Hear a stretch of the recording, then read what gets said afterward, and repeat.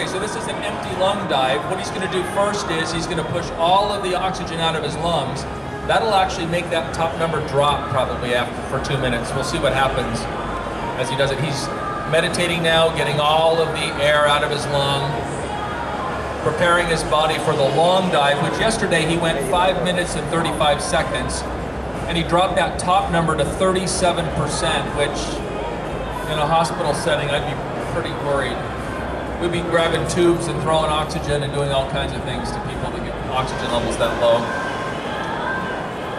Okay, are we going to show the clock up there? Okay, so we're on the clock, we're going for 2 minutes now.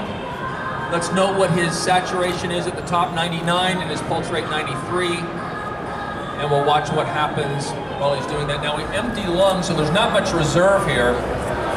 After a very short period of time, we may start to see the oxygen level start to drop. When we do the plus 5 minute dive, what Stig will do is he will do what's called lung packing, get some extra lung in so he has some extra reserve so he can go long distance.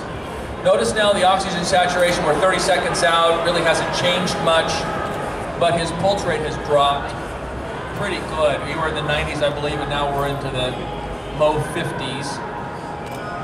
That's one of the secrets here.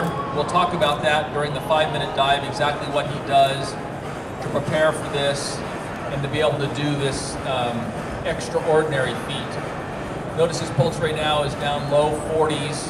Now we're in the mid 30s. So this is helping him to find his, what he calls inner dolphin, to be able to shunt blood away from his skin, some of the non-vital organs. Again, notice about 1 minute 15 seconds and we still have the saturation where we started, right? 99%. We haven't pulled from his reserves yet.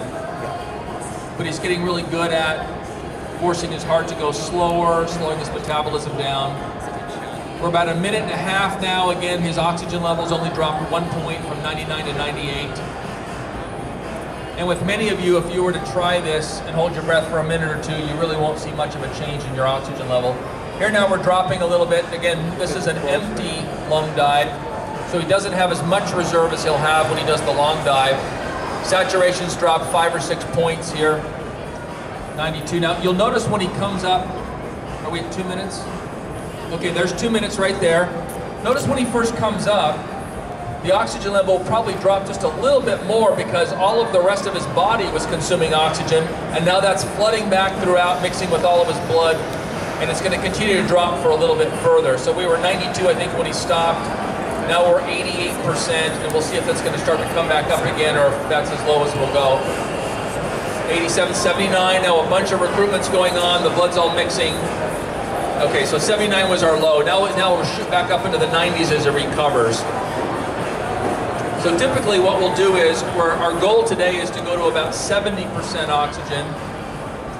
And when we have him stop, it'll continue to drop for a little bit after that.